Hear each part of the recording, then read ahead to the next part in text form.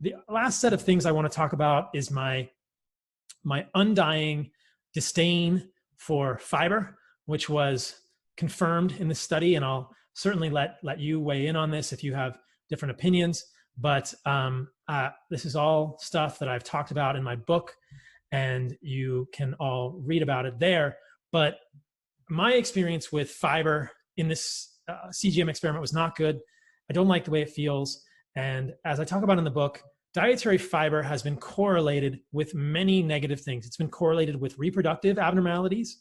This is the biocycle study. I cite this one in my book, showing that dietary fiber consumption was inversely associated with hormone concentrations, positively associated with the risk of anovulation in females. This is 250 women aged 18 to 44, meaning that the more fiber these females ate, the higher their risk of anovulation, because there was a disruption in the normal hormonal cycling of these patients when they're eating more fiber. That fiber can go into the gut and bind hormones that are supposed to be recycled in order for women to have normal menstrual cycles. Another abstract, the effect of dietary fat and fiber on serum estrogen concentrations in premenopausal women.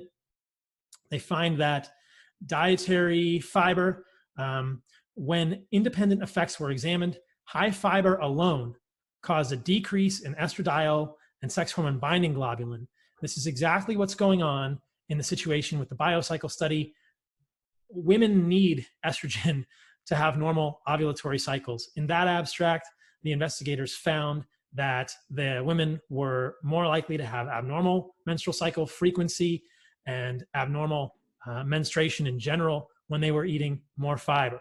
But the hits don't stop there.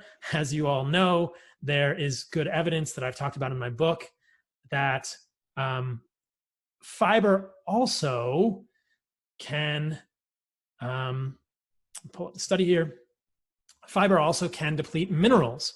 So dietary fiber intake increases the risk of zinc deficiency in healthy and diabetic women. Oh, why do we think fiber is good for us again?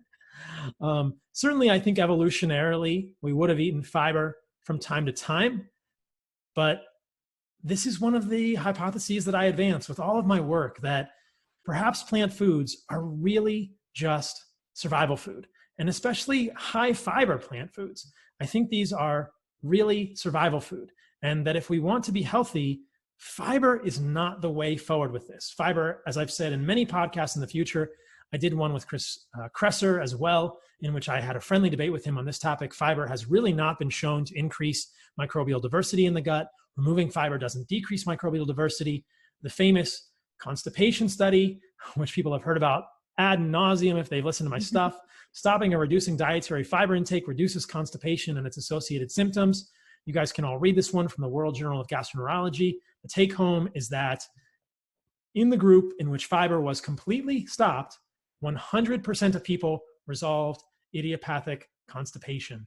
And that did not happen in any of the groups that kept fiber in their diet. So, you know, there's a really great title and cover of a book that I think sums this up very well, that I will show you all now. It is called Fiber Menace, by Constantin Ostrovsky. He's got kind of a tough name, but I will show you guys this page. You can check this book out, or you can check the carnivore code out. But as you'll see here, Fiber Menace, the truth about fiber's role in diet failure, constipation, hemorrhoids, irritable bowel syndrome, ulcerative colitis, Crohn's disease, colon cancer. It's a bowl of nails. Is essentially, in my opinion, what most fiber is for humans. I think that if we really want to get nutrients, we don't want to have fiber in our diet.